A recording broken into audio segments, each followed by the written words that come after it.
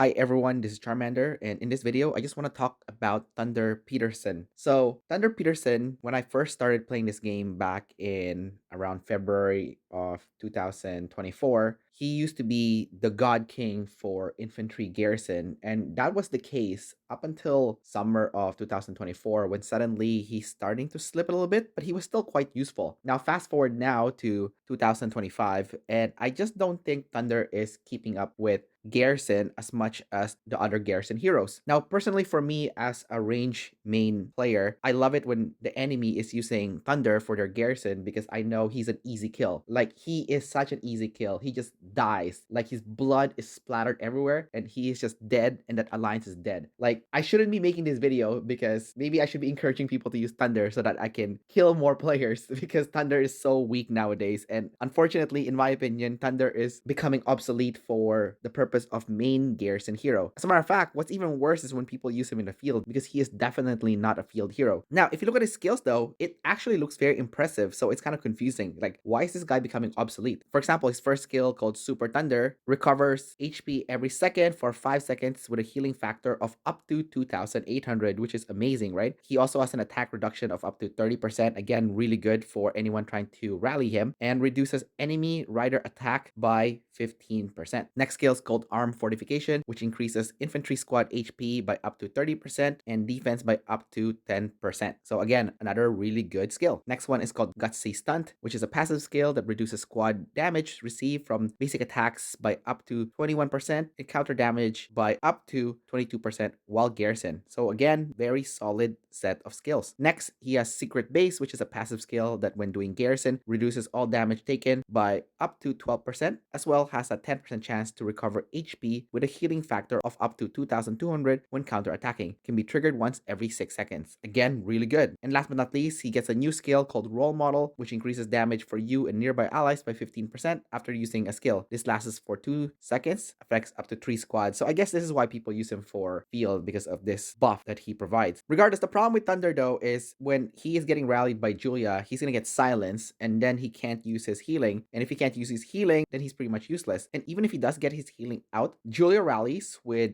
either Bard or Lewis just does so much damage towards infantry that they just don't stand a chance. For me personally, if I am fighting against infantry and infantry is the one that's doing garrison, the one that's given me the most trouble is actually a combination of Riven and Rigoro. So activating that shield for 9,600 for Rigoro and then getting an additional shield bonus from Riven for up to 30%, it's just disgusting. I have so much trouble with this when I am fighting them with my Julia. So actually, if you are somebody that is infantry main and you want to be a garrison captain or you want to start doing garrison, then I think the Rigoro Riven combination is superior. Now, I'm not saying Thunder is completely useless. He's actually still really good, especially in the arena. So in the arena, people stick him usually in the middle of their lineup. So they'll have one group of hero on one side and in the middle they'll have Thunder, who's usually protecting someone strong in the back, like a range squad. And then to the other side, there's going to be another strong hero. So you can't just kill off 2 sets of heroes right away because you have to go through Thunder first. So actually, Thunder is amazing in the arena, especially when paired with Tom. He's also pretty good in Pompeii because you need to garrison several of the operation base. And he's also quite good in Genesis War when you have to garrison multiple towers, multiple defense stations. So in any PvP event that requires multiple garrisons, then Thunder is still useful in that situation. But if you need him for the main garrison, such as if you're doing Genesis War and you need to garrison the Science Hub, you're probably not going to want to use Thunder because he's going to get killed easily. If you're infantry, then you want to have Rigoro and Riven. Anyways, I just wanted to talk about that a bit just because it's been in the back of my head thinking like, why is everyone using Thunder? And in my alliance, whenever we use Thunder, we get killed. So it's really bad to have Thunder in your alliance for the purpose of main garrison. Like I said, as a side garrison, he's still good. Anyways, that's about it for this video. Don't forget to like and subscribe, and I will see you next time.